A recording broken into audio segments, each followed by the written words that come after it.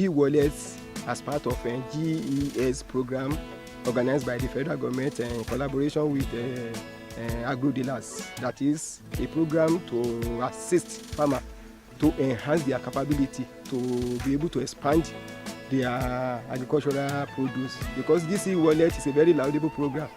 In the past, farmers are unable to get money to do what they like in time of agriculture, but with this e-wallet, which happen to be a subsidized program, because farmers pay partly, that is part of the money, then to join with what the federal government has already subsidized. So this is a way of helping them so that when they are not in need, they can still do more. That is, farming is now a business. It's not just what somebody can just say just like that.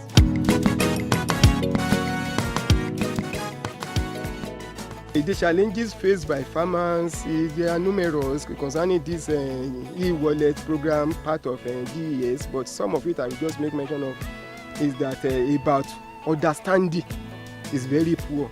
What I mean by understanding is that it's not all of our farmers are literate. Mostly of them are illiterate. So at times when these SMS do come in, they rush into us to ask questions. At times some will phone me because as an extension agent I have series of farmers that I'm working with. They will phone me, Oga Agric or Agric man, this is what we have received through MTN or Globacom, depending on the network used by that e-wallet.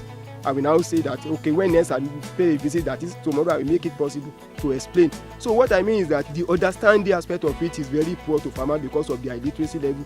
Then secondly, network problem. Some of our farmers are in a very remote area that this booster station is unable to capture.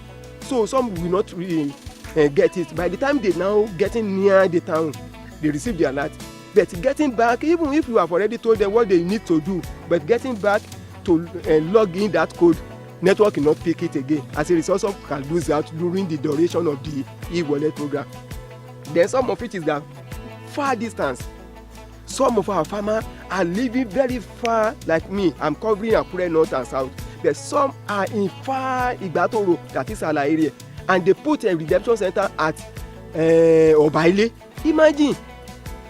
Even when they first started it, they put it at Ogbese to Ala.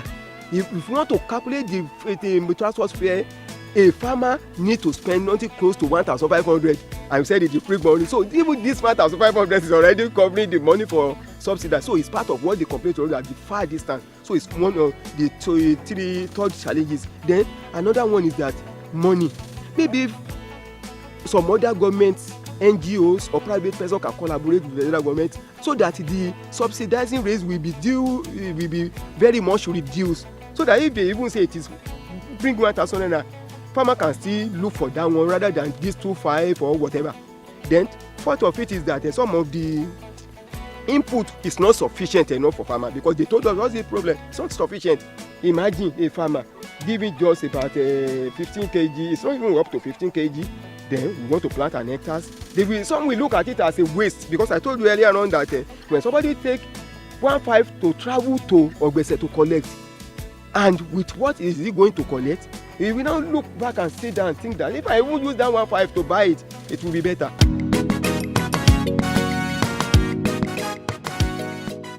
I think extension agents can do better to call farmer, to mobilize farmer to each redemption center if it has been reduced, that is the nearness. If it is our farmer, we know how to use extension method to be able to lure them and wake up them. Most of them will be calling themselves come, because we are the one who is in charge.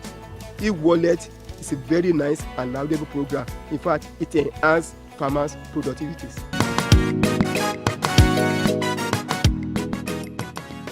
It is even the use of telephone that assisted us, because some of the area we are unable to cover it as distance may be, but when you have used your phone to connect yourself, so telephone use is very essential for extension. So the challenges are at times that you might have a flat battery, at times you might lose your phone, your SIM, at times the network will be hindrances aspect of it. So even though the phone is very efficient and very good, but What of when you are having a flat battery and you're unable to finish up with your conversation, or the network of that area is very poor and you're unable to pick up all the conversation? You say hello aunt, the network is not available. So all these things is some of the things that I think maybe even if you cannot do it, they can use that one to communicate to those service providers that they should put in place efficient service delivery in terms of their telephone usage.